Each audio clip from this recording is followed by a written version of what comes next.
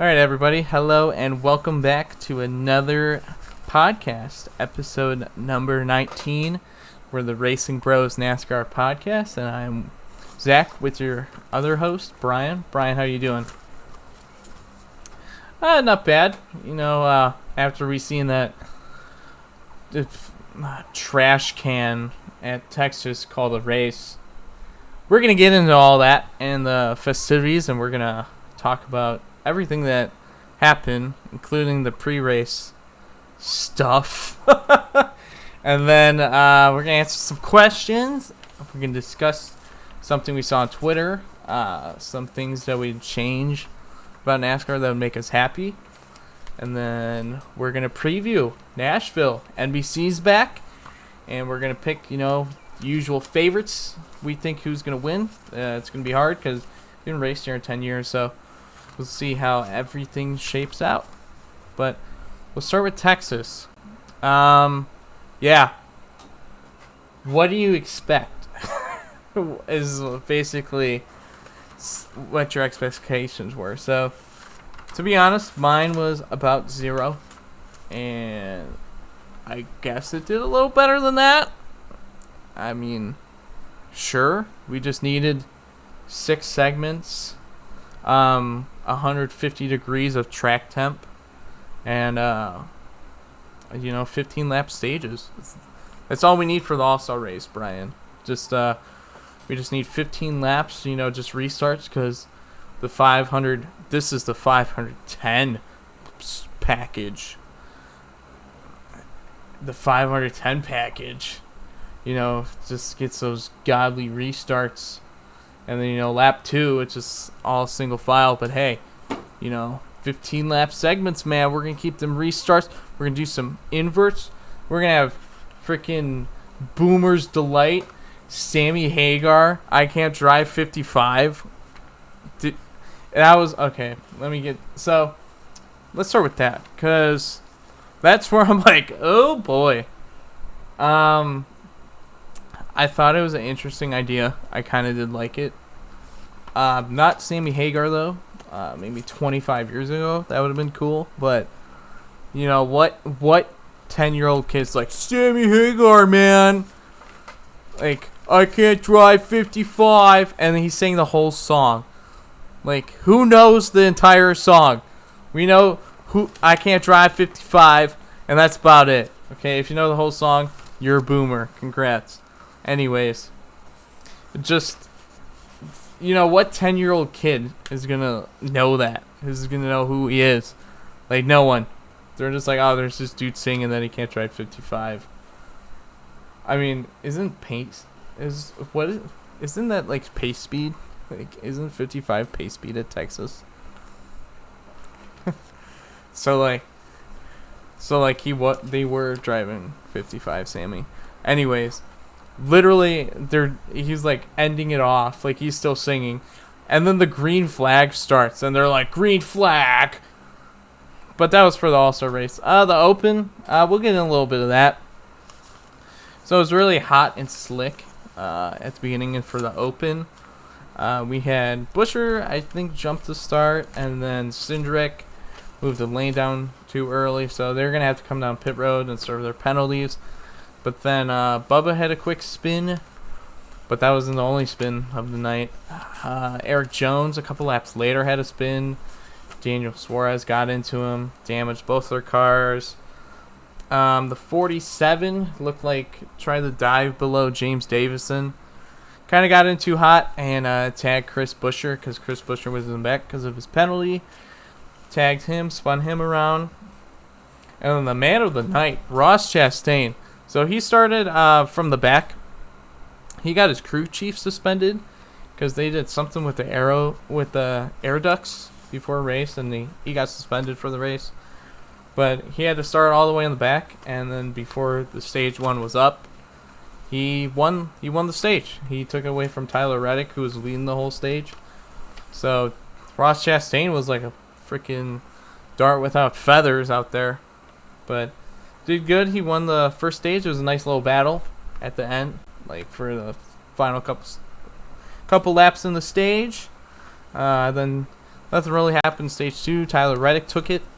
So he was in the All-Star. So if you win the stage, you're in the All-Star race. So Ross was in. Tyler Reddick was in. And then finally, something good happened for Eric Almirola. Eric Almirola got in. So he was in the All-Star race. And then Matty D got fan voted in. It's kind of surprised because, Bristol 2019, it seemed like everyone was a Matty D fan, but I haven't really, been seeing people, super hyped for Matty D, right? So that was that, and then going to the All-Star race. So immediately Brian didn't really watch the Open because I don't blame him because it's All-Star Open. I was kind of bored, so I'm like, let me turn this on.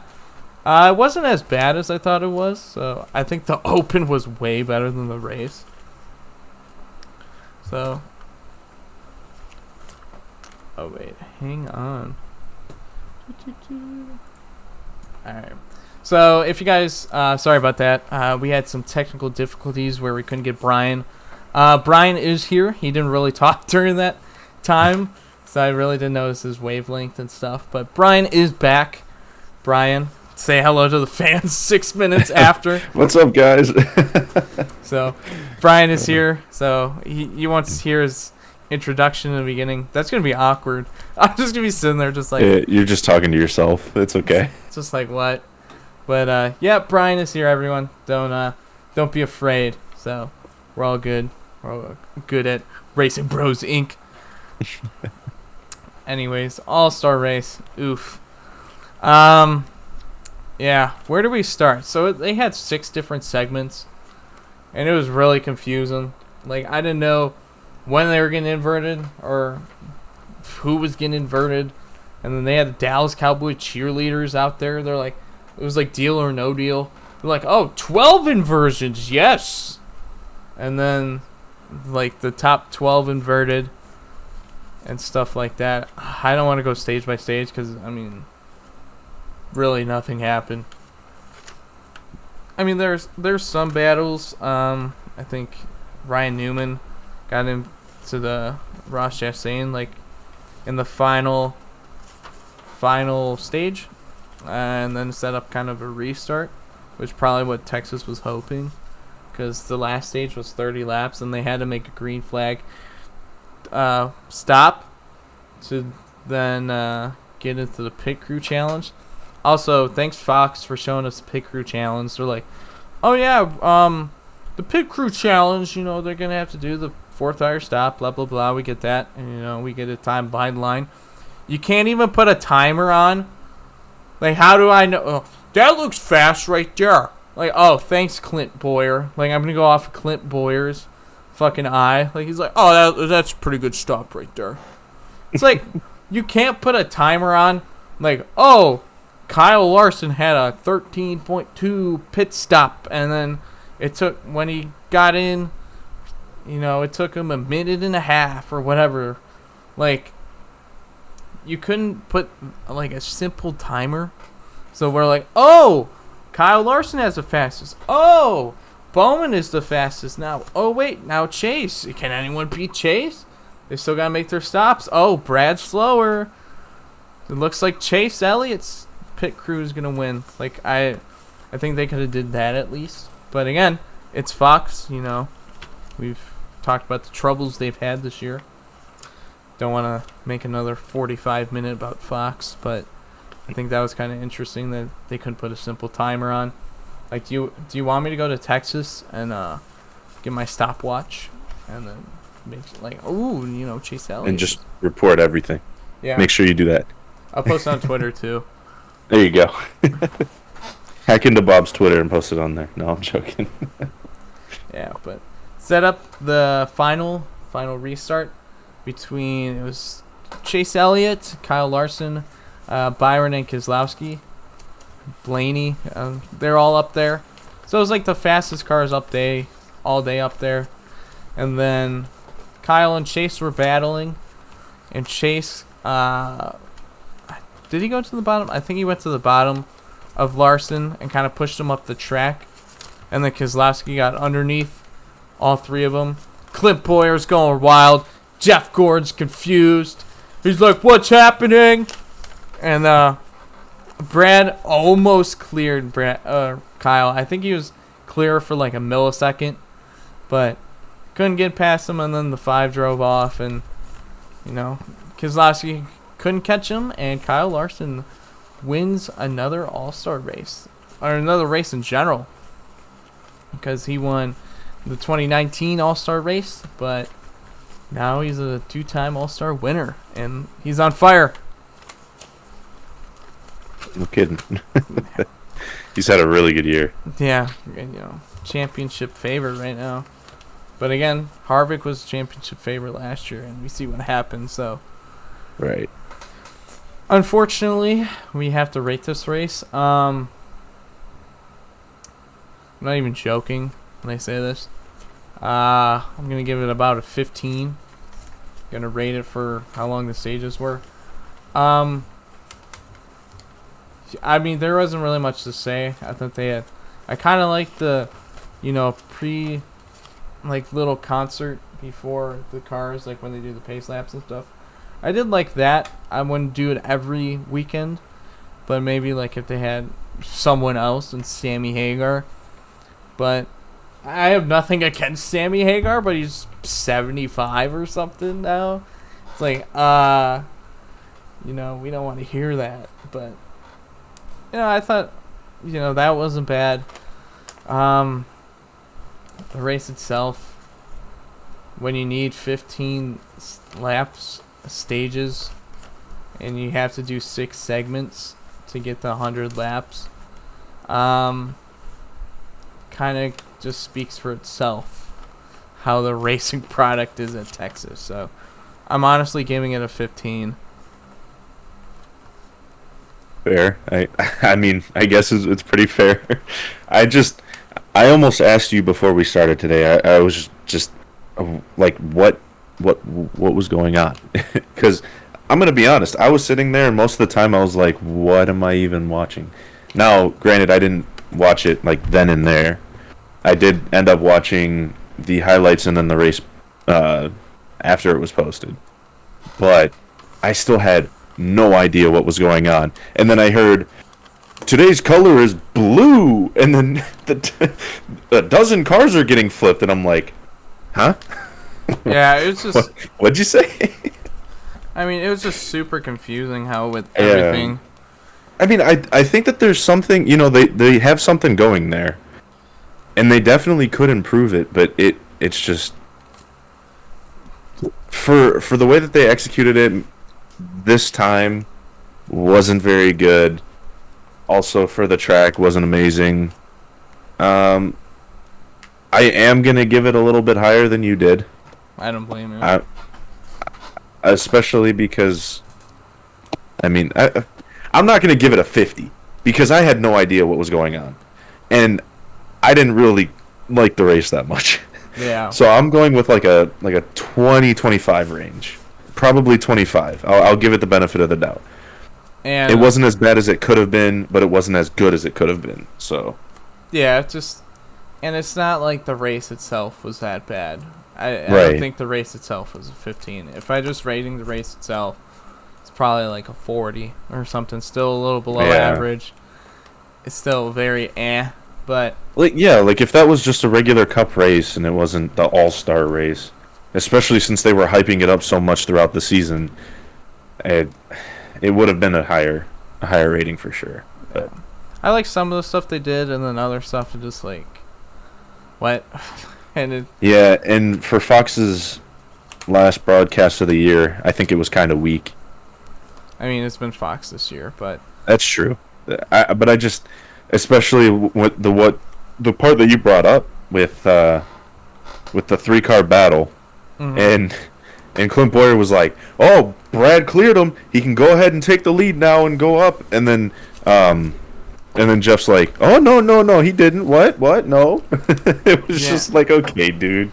Yeah, I actually really enjoyed Clint's like enthusiasm during that moment. Like he really, like it was like he was a fan, and then Gordon like just kind of just ruined that whole thing going on. Like if they would have just let Boyer kind of just talk right there. I mean, I'm not going to critique everything they said because I'm not a broadcaster. I mean, I don't know. Right. But, yeah, just the event itself just was pretty bad. And the race wasn't terrible, but it was also only 15 laps a stage. So it was just super... Honestly, I was prepared to rate it like a 0 because it is Texas. So I guess it exceeded my expectations. Larson's pass, past Chase and stuff was pretty fucking sweet, to be honest. Like, he went up a lane higher and just kind of passed him. That was pretty fucking sweet. But other than that, I mean, we had the Talladega package or whatever, and it was just I have things to say about this package, but we'll get into that later. But yeah, I don't think the race itself was a 15. It just, a race was probably like around a 40 if we want to be more fair. But just the whole event itself, the goofiness, the broadcast, it just brought it all the way down. I think it's about a 15. So if you want to put it as 40 or 15, whatever. But if you want to just do the race, I would say it's 40. So I'll be a little bit more fair, but it wasn't above average or average at all. It was like what you expected from repaved Texas, I would say. It sounds fair. And the last stage was just the Hendrick and Penske show anyhow, so... Hey, like it's been all year. It's just been all Hendrick cars and then either... Joey or Brad, really. Yeah. Or, you could argue with Truex and now Kyle Busch, but... Yeah, it's just a couple hundred guys and then one other team, so... Right. Yeah, that was the All-Star race. I hope it doesn't stay at Texas. Or, well, with the new next gen, I'll be more fair to it. If it goes back to Texas, I guess that's okay. Because we don't know how it's going to race with the next gen, so we can't, judge it with the Gen 6. So right. we'll give it a fair shot. We're not going to, just be like, oh, because it was trash with this car, it's going to be trash with that. We don't know that, so... I'm not holding out the highest hopes, but we'll see how it is. But now we go to our questions. So about the All-Star race, where would you hold the All-Star race if you got to choose one location? Okay. I'll wait for the other part. Choosing one location. Now we talked about this, just a little head note. We talked about this before we started recording, and I personally, after seeing the races this year, I would go for like a Homestead or a Charlotte, just like one of the races where we know we would have a good time watching. Mm-hmm. Also, I think Richmond could be a good spot to go. It all depends, but if I had to stick with one, I'm probably going to go with the one that I personally this year had the most fun watching, which was Homestead. If I had to choose one location, and I got any location, I would do Martinsville, because that would be pretty fucking sweet. If they're on a short track, beating and banging, going for $1 million. I think one, dream scenario, no, questions asked, no, financials taken in place, I would pick Martinsville because I think that would be pretty sweet. Martinsville day to night? Oh, night. Saturday night, Martinsville? Oh, man. There you go. But should the All-Star race rotate locations every year, every couple years, or stay in one location? I don't think every year could be interesting. But I think every couple of years, changing location or doing a rotation would be pretty fun. Mm-hmm. Because then you're not oversaturating one track, or you're not. Oh, we're going here this year. Let's get ready for a snooze fest. Right. But I think either every year, every couple of years would be a good rotation. So I would just keep it at 1 year, like one location every year. The traditionalist, I guess, pardon me. Yeah, I'm just used to Charlotte, like, hosting it. I would just keep it at Charlotte. If, like, dream scenario, no financials asked, they could get up and go, would be Bartonsville, but I know there's, like, travel costs, and then, they want that week off, and then blah, blah, blah. You don't want it too far for the teams and stuff, and they're all located in North Carolina. So, I would just keep it at Charlotte. I think that, just keep it at Charlotte Oval. That's fine. I have no problems with that. It'd be fun. I know that's not the question, but I would bring back the Pit Crew Challenge before, or like the hour they had the Open and then the All-Star Challenge, or the All-Star Race and stuff. Put the, like, Pit Crew Challenge within that hour, so we're not just waiting and watching, like, Jamie McMurray and Larry McReynolds try to hype up Texas as, like, the greatest thing since sliced bread for an hour. Like, I don't want to watch that. Let's just have, right after the Open, we just get the Pit Crew Challenge in, and then after Pit Crew Challenge, do your commercial breaks and stuff, and then we bring it to Mike and Jeff and Clint. I think that'd be pretty cool. So then we could actually see the Pit Crew Challenge, because I missed that. Missed that a lot, actually, with how the Pit Crew Challenge is now. But I know that was a question, but a little bit of tangent. And then last question. Well, I guess second last question, because our next after that is going to be little discussion points. How was Fox coverage this year? Did you like the booth? Things to do different or change? So I already know you're going to go on for a while, so I'm going to let you go ahead and go first. Oh, well. Alright, so I know I didn't ask this, but I'm going to rate it like how I would a race. It was below average. It was probably, I would say it's probably like a Texas. Probably 40. I think it was below average. The booth itself, I like two of the people. I don't think Gordon's a good broadcaster. He still stumbles over words 5 or 6 years later. He's still kind of awkward. He doesn't know when to, like, talk and stuff. So I think that's just, he hasn't improved at all. It was kind of sad to see, I kind of thought when Darryl Waltrip, hung it up, Jeff Gordon, here we go. And I know COVID happened last year, but he didn't really do anything spectacular. It's kind of, the booth was dead. And,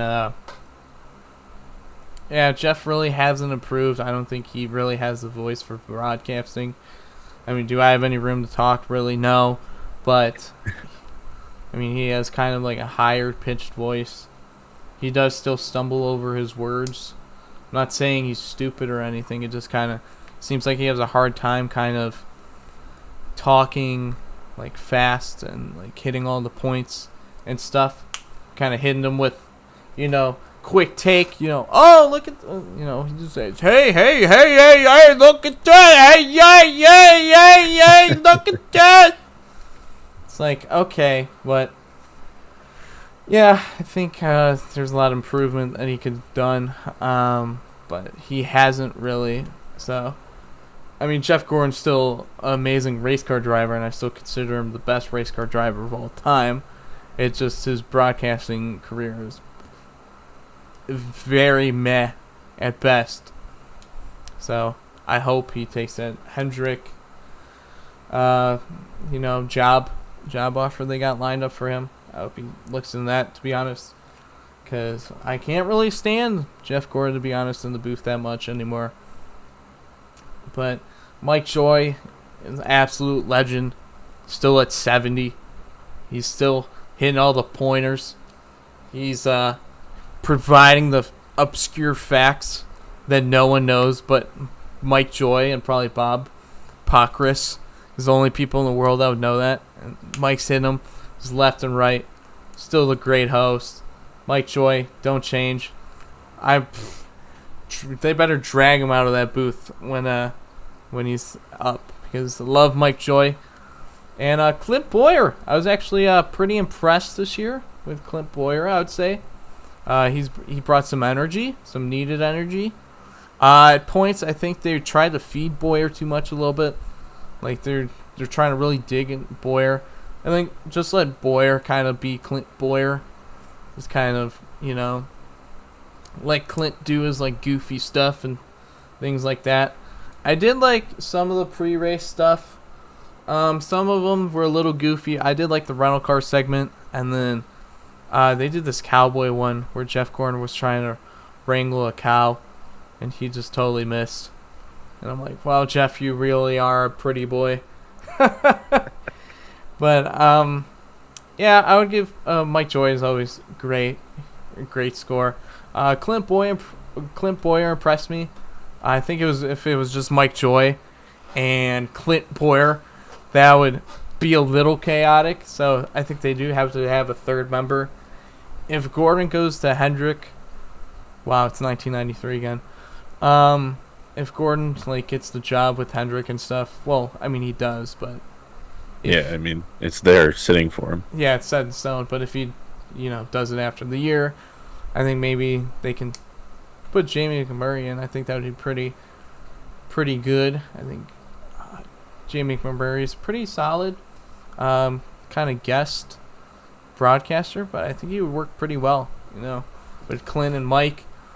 And I think he's already, in my mind, better than Gordon.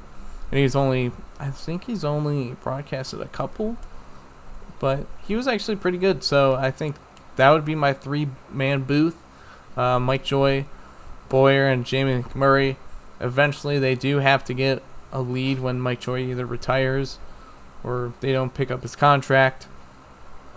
But hopefully that's long down the line because I love Mike Joy.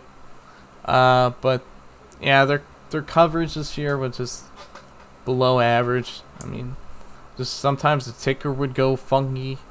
Like people would be passing and stuff, and they'd be like changing every second. I'm like, oh, Newman's in 5th. Now he's 27th. Now he's 15th. Now he's 18th. And that was like within like 20 seconds. It's hard to follow. Right. And then they missed, a lot of, incidents that happened, and they don't know what happened and stuff like that. And it just very. And then sometimes the booth was goofy. So I think their overall coverage was below average. Things to change. I think they got to tighten up the ship a little bit. Get Gordon out of there. And it's kind of harsh to say, but I think Gordon's really dragging that booth more down than it could be. And I think if they tighten it up a little bit, make sure the camera people's on it. They got, a little bit more serious tone, but we're not killing all the personality from Boyer or whoever is going to be in that booth. But I think they gotta, just kind of make it more serious. But yeah, there's a number of things I would change really, but I think that would be the number one thing I would do if I was in charge. Fair enough. I agree on most levels. Actually, I would say pretty much all levels. One thing I did want to touch base on is on Jeff Gordon is I feel like even after he's been there for a little while, he still hasn't gotten comfortable in the job. Like I don't know if it's that he's not built to be a broadcaster or if it's more that he's just he's very just awkward. Like he doesn't. Well, I think he's trying too hard almost. Yeah. Like he's trying to fill those shoes so hard that it just makes him kind of ADHD in the moment, kind of. You know what I'm getting at there? Yeah, it's not natural. Like it's just right. Like I definitely think he could do better. There's no doubt about that. And I'm not saying like he goes home and he doesn't work hard and stuff. I'm not saying that. I'm sure Jeff Gordon, works hard and tries and puts effort into his broadcasting. It's just sometimes grinding gears. It's just oof. Right. And then we look at NBC, and then it's not like NBC is some god tier broadcast, because they do they do have some rough moments when, like, Burton and Junior's trying to talk over each other, and sometimes you're like, who the fuck is talking? But that booth gets a little, like, weird too, but it's not as bad as the Fox booth was. Like Jeff, I mean, I don't want to hate on the man because he's a Hall of Famer, but it's just his broadcast. It's not his thing. I don't think. I think he could still be like an analyst or, like with NASCAR Race Hub. Isn't that the show? NASCAR Race Hub. Yeah, I think it's Race Hub. I think he could be like someone on there, but as a broadcaster, I don't think he has it. I mean, it's been 6 years now. Still hasn't improved. It's still kind of awkward, still uncomfortable. Right. Like, yeah, I mean, he obviously knows what he's talking about most of the time, but again, it's just like, I think those nerves get to him when he's actually doing his job. And that's kind of what pulls him out of his element, and then it's just, he's standing there, cold feet, like, oh, I don't want to do this today. Yeah, it's just, I mean, you see the difference between him and Boyer. Like, Boyer is just being Boyer. I also think, that's another thing. I also think Boyer just has that natural crazy man energy. Yeah. Especially, like, we've seen out of him this year, and it's not like, at times, the Fox booth was kind of biased. I mean, oh, yeah. I don't want to point fingers, but Mr. Road Course. But I mean, you saw it in the All-Star race that Clint wasn't really rooting for anybody, but he also wanted somebody new to win the end of the race, which is why he was telling Larson, he's like, "Oh, miss your turn, miss your marks." And then, I mean, he's a good driver. You can't really just expect him to not do well. So he did end up taking the end of that race, but yeah. I mean, all things considered, I did like the booth this year, other than those little things with Jeff, and then the times where stuff just kind of got weird between the three and all that. I don't know. I like having Clint Boyer and Mike Joy in the booth, like you were saying, and I do think that a third kind of weird or maybe even just super calm personality being in that booth could just change everything, and it would be probably everybody's favorite booth during the year. So yeah. And then, I mean, we also got to work on the camera work, like you said, and I know it's not an easy job. I'm not saying it's an easy job. Right, and just sports like IndyCar, they have fantastic coverage. Oh, IndyCar is excellent. It's pretty amazing. Yeah. Yeah.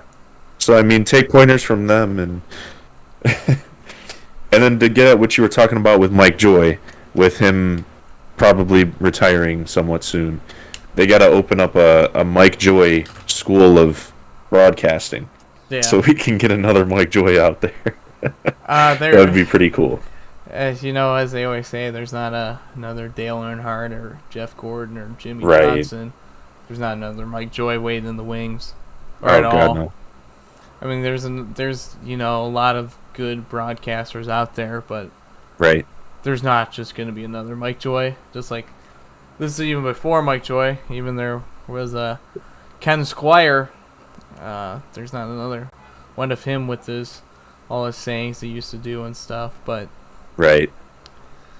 Yeah. Yeah, it's kind of hard to replace somebody that everybody thinks is one of the best, So. Yeah, it's hard to replace someone that great. But now we go on. We'll see how NBC does. Maybe Fox is better than NBC. That could always happen. But we'll see. They start this weekend at Nashville. So kind of excited. Yeah, should be good. And now we're going to discuss this tweet we saw on a couple days ago. It's from Jeff Gluck. It was about a lot of complainers. Like, if you're not on Twitter, please don't, because there's a lot of complaining about the race and stuff like that and different stuff. So he had this this tweet about kind of talking to the haters, like and people on Twitter, like. So I see you guys really complain a lot, about the race. What would make you happy if NASCAR did? So this is hypothetically, okay, this is an exact tweet. There's a lot of happiness on NASCAR Twitter lately. Just curious. What, if anything, could NASCAR do to make you happier? So basically, let's pretend we're NASCAR. And we're going to do 2 segments. So one of the segments is we're going to do maybe a top 3 things that we would like change. We only have 3 things we can change, like at all. So we'll do that maybe if you want to do that first. Or yeah, we should do that first. Okay. And then the second one will be if we had unlimited, anything we could do. No one cares. We're NASCAR. What do we change, and everything we change. So it's kind of together, but the first part is if we had 3 musts that we have to change, what would it be? So if you want to start out. Okay.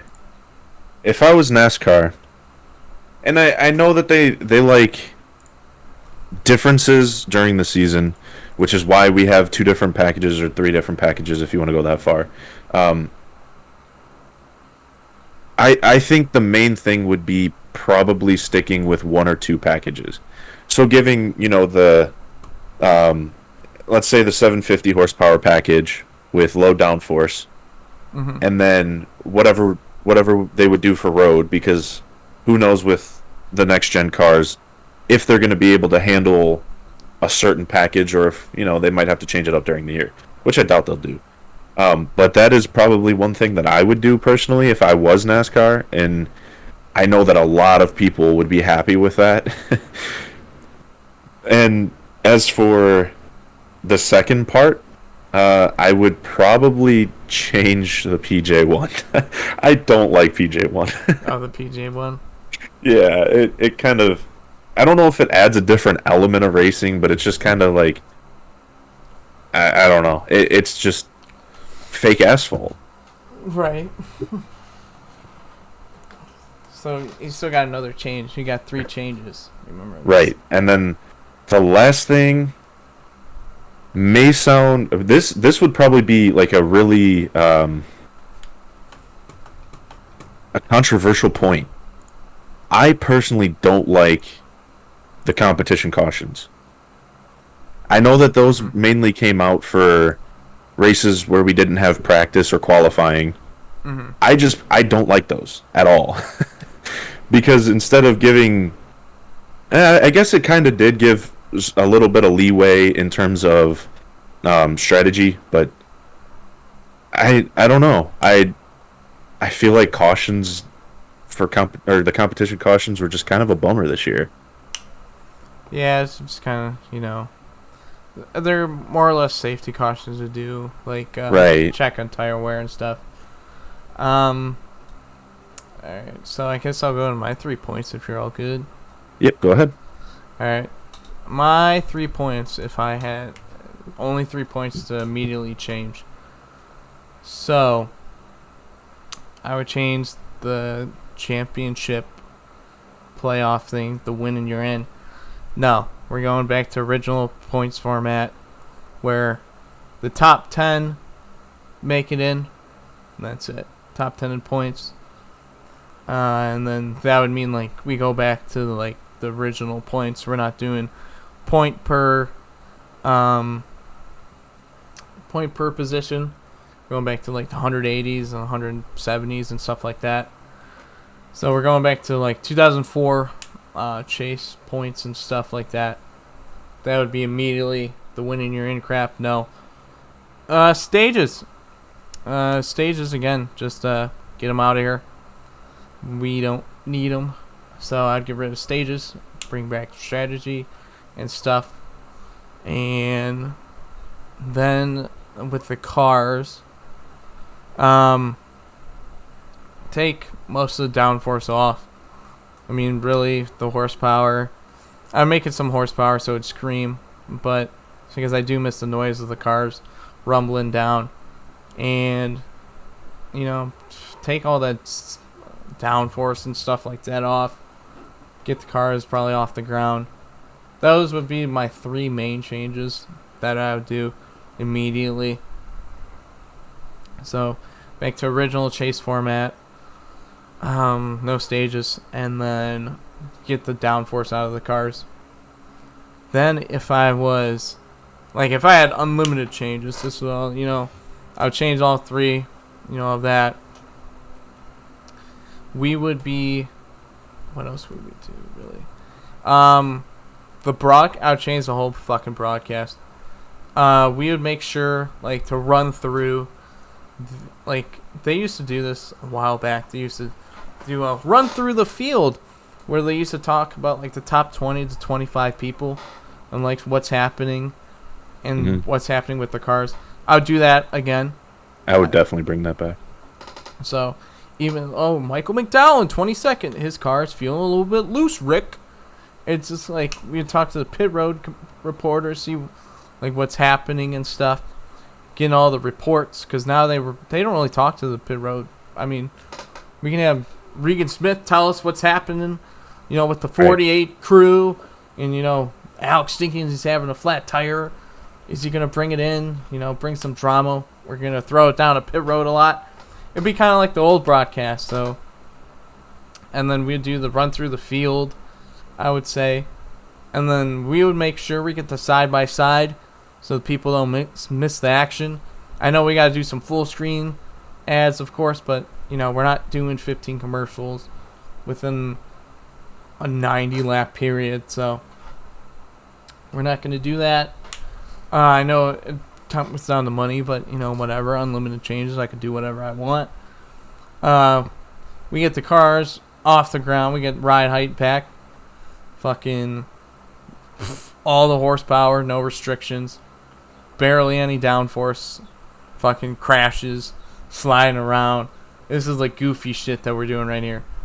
And then we'll just take the Tony Stewart quote, we'll run a Talladega.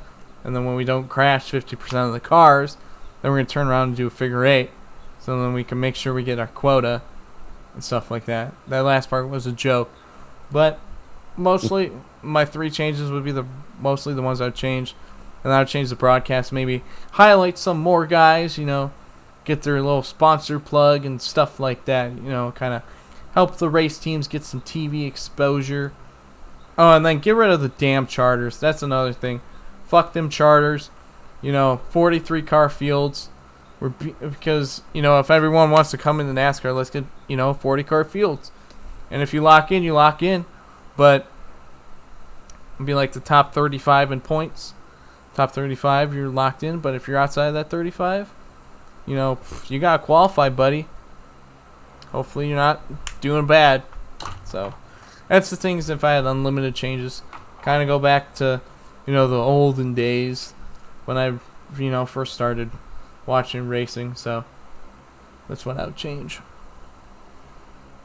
Not bad. Obviously, yeah, like you said at your start, if I had unlimited changes, I would start with the 3, that I said if I was NASCAR, I would do. And then just a couple more that I had in mind would be either... keeping an H pattern, so not adding more, essentially, because I think that's kind of, I think that kind of shows a little bit more racy. I don't know if, right. I don't know if that makes sense, but you still keep it 4 speeds. I think so, yeah.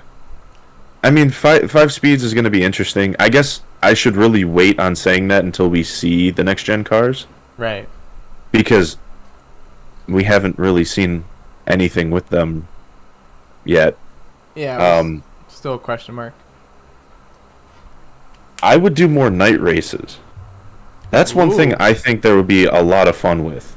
A lot of night races. Maybe not starting them all at night, but later races. That would just be great. Because then it brings a feel of, oh man, we're starting in the heat and now the track's going to cool down a little. All right, well, now what do we have to do? Bring in tires, just get prepared for a cooler track. Um, and then the only other thing that you didn't really touch on, I don't think, unless I just lost my head for a little bit, would be uh, kind of smoothing down the spoiler a little bit, because the more and more years go by, it seems like the more and more they're just going to keep adding to the spoiler. Oh And I yeah. understand it's supposed to make safer racing, but it's not as fun. So I don't know.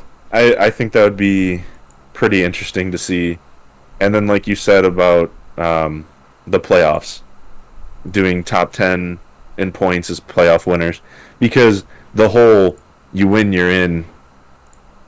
Sure, anybody can win a race, but what happens when those people actually get to the playoffs and they just fall out in the first round? Like, no offense to Michael McDowell, but do you really think that he's going to go to even the 12, maybe 8 or beyond? Like, I don't think so. Right. So, I don't know. This year was definitely an interesting year. Those are just kind of some things on my end that I would mess with, change, whatever it would be. Hey, it's all hypothetical. And then Right. if you guys want to answer the same questions, let us know what you guys think. You can send it to us on Twitter, Racing Bros Pod C1, or just look up Racing Bros Podcast. We should pop up. Or just DM on us on Instagram, Racing Bros Podcast. Send us a DM. You can send it to us on our podcast or our main social media stuff that you can find just on there. So if you guys want to, send us what you guys would change or anything you would do, we'd like to hear it. So just let us know. Anyways, we're gonna preview Nashville. On to Nashville. So we haven't raced here in 10 years. Concrete surface, about 1.3 miles. So it's essentially kind of like a Dover. It's kind of. I did some racing on it this weekend with iRacing and stuff. Kind of checked out the track. It's kind of like a Dover, Kentucky, kind of. It's kind of weird. It seems like a one groove track, but we don't know how these cars will handle it and stuff like that. So should be interesting to see all these cars this weekend try to tackle the concrete surface, and it's gonna be intriguing. We are gonna get the 750 low downforce package, so that is a positive. And then another thing I just want to address before we get on, I know that there's boring races with the 750 low downforce package. I know that there's going to be times that Kyle Larson will be 15 seconds ahead. If the broadcast would change over and kind of looked at different battles going on in the race and be like, okay, the Kyle Larson's 15 seconds ahead, but let's look at the battle for 7th between Bowman and Keselowski or something, or whoever. Right. So that would be a change. Yeah, just showing different battles. We know Kyle Larson's head, blah blah blah. So that, I know, another side tangent about the broadcast, but I just want to make that clear. I'm not saying every 750 horsepower package, race is so great. It's so amazing. It's not. There's some duds in there, but you're gonna have duds. There's bad NBA games or bad football games. Every game's not gonna be special and classic. Right. So let's stop chasing that and get back to real racing. Anyways, Nashville. It's gonna be a nice a new challenge for these guys. Cup Series has never raced here, so we'll see how they tackle it. They're gonna get practice and qualifying all this weekend, so a nice little comeback to that, a little normalcy, and NBC's first race of this year. So we'll have the new broadcast team of Rick Allen, Steve Letarte, Jeff Burton, and Dale Jr. all returning. So that should be a nice fresh change. And we got to do picks. So my pick to win, I'm going to go with Denny Hamlin. He's pretty good on these types of tracks, kind of like the Dover and mile and a half tracks like that. Uh, he's been pretty good this year. I know it's not Kyle Larson, Curse me that I'm not picking Kyle Larson, but yeah, I'm gonna pick Denny Hamlin. I think he should do pretty good this week. Another one to look at, of course, is Kyle Larson, the Hendrick boys. Maybe they got speed everywhere, so they should be up there. And then dark horse that I'm gonna go with. Maybe I'm gonna go with DiBenedetto. New crew chief. Maybe he gets off to a good start. Build towards maybe staying in that 21 car for next year. But yeah, I'm going with Denny Hamlin and DiBenedetto for my picks. I had a little bit harder of a decision than you did, because I've never actually seen Nashville at all. Like, well, if you check out the stream, I'll probably be streaming it tomorrow. there you go. Yeah. So I actually picked Alex Bowman because I know he's a decent pick for shorter tracks, and because Hendrick's kind of running the year, and totally biased on Alex Bowman. All right, Jeff. And then my dark horse, I picked Ricky Stenhouse. Tricky Ricky? Oh, Tricky Ricky. Sticky Ricky? Oh no, oh no. No, he's been having a really solid year. I just thought he would be a pretty decent pick. Can we please call it Ricky Stenhouse? I'm not. No. Sticky Ricky, baby. I feel like this race, and don't quote me on it, but for some reason I feel like this race is going to be a Kyle Larson choke job. It's going to be a trash race. It's going to be trash race. It's going to be Texas 2.0. Oh god. Oh, I hope not. Yeah. Come on, Tricky Ricky. Provide some excitement. Hey. Yeah. Imagine the dark horse wins again. How about that? Hey man, if Tricky Ricky, okay, I can't keep calling him Tricky Ricky because it's gonna get stuck in my head. Sticky Ricky. Anyways. No, please don't. That's even worse. Can I call him Mr. Rick Stenhouse? There you go. That's okay. Mr. Rick If Mr. Rick Stenhouse pulls off one out of his ass, that flips the whole play. Tricky Ricky, you can win, man. That flips the whole playoffs. That flips everything. That makes everything different. So, anyways, I guess we're gonna sign off now before we get canceled for Sticky Ricky. So, me and Sticky Ricky over here is gonna sign off. No. I'm calling you Sticky Ricky. Please no. Sticky Ricky. No. Yes. Please, if everyone, you have to make sure Brian's nickname is now Sticky Ricky. Yeah, please never say that. All right. That's such a bad nickname. Anyways, guys, we're getting a little goofy now, so we're gonna sign off. Thank you all for listening for another episode of Racing Bros NASCAR Podcast. I have been your host, Tricky Ricky, Sticky Ricky, Brian Velez. It's my co-host. Thanks for coming along. Oh, thanks for having me as always. No problem, Sticky.